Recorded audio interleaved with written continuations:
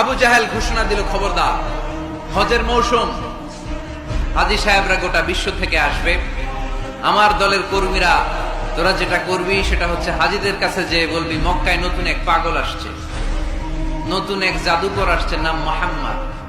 নাউজুবিল্লাহ পড়বেন না। খবরদার হাজী সাহেবেরা, এই পাগলের কাছে যেও না। সব হাজিরা গোটা বিশ্ব থেকে এসে মক্কার মিনা প্রান্তরে তাঁবুর ভিতরে ঢুকেছে।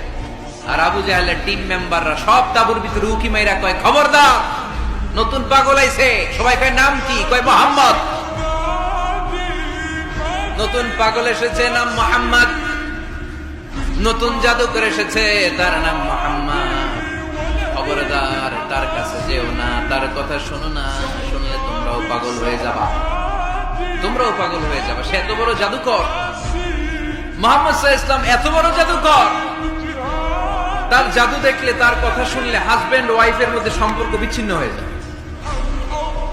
সে এত বড় জাদুকর, তার কথা শুনলে বাবা আর ছেলের সম্পর্ক ছিন্ন হয়ে যায়। সে এত বড় জাদুকর, তার কথা শুনলে বন্ধু বন্ধু আলাদা হয়ে যায়। খবরদার হাজী সাহেবরা, তোমরা হজ করতে এসেছো, করো, জমজমের পানি খাও আর খেজুর নিয়ে যাবা বাড়িতে, কিন্তু মুহাম্মদ সাল্লাল্লাহু আলাইহি ওয়াসাল্লামের কাছে যাওয়া যাবে না। আচ্ছা, আপনারা বুঝে শুনে উত্তর দেন। এই যে লক্ষ লক্ষ হাজী মিনার তাঁবুতে বসা, আর আবু জাহেলের লোকরা যে বললো নতুন জাদুকরের নাম মোহাম্মদ, তার কাছে যেও না, এই লক্ষ লক্ষ হাজীরা এর আগে জীবনেও মুহাম্মদ সাল্লাল্লাহু আলাইহি ওয়াসাল্লামের নাম শুনছে? তার মানে মুহাম্মদ সাল্লাল্লাহু আলাইহি ওয়াসাল্লামের নাম তাদের কানে পৌঁছে দেওয়ার দায়িত্ব আবু জাহেল নিজেই নিয়ে নিয়েছে। চিল্লায় কোন ঠিক কিনা? অপপ্রচার প্রচার হয়ে গিয়েছে। আর সবাই মনে মনে ভাবে, কয় কি, এত বড় জাদুকর, হজ করি আর না করি, এর না দেখা যাওয়া যাবে। হজ তাড়াতাড়ি কোন রকম সাইরা এই জাদুকরের কাছে আগে যাব, দেখি কেমন জাদু দেখায়, দেখি কত বড় ম্যাজিশিয়ান, দেখি তো কত বড় পাগলের। কারণ আল ইনসানু হারিসুন আলা মা মুনিআ, মানুষকে যেটা নিষেধ করা হয় বেশি, মানুষ এটা করতে চায়। যদি বলি ওদিকে যাবি না, ওর বাপের কিরা ওদিকে যাবে, ঠিক কিনা?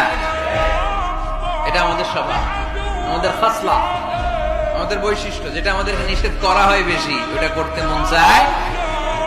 সব হাজিরা মনে মনে ভাবলো, আমরা যাব যাব, তোরা যতই বলিস না কেন, যাব যাব, হজের পরে অবশ্যই যাব।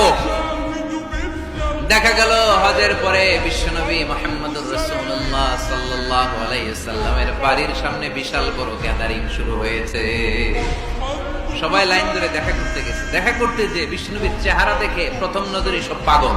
গোটা বিশ্বের খ্রিস্টানরা বিশ্বনবীকে নিয়ে এখন মাতোয়ারা।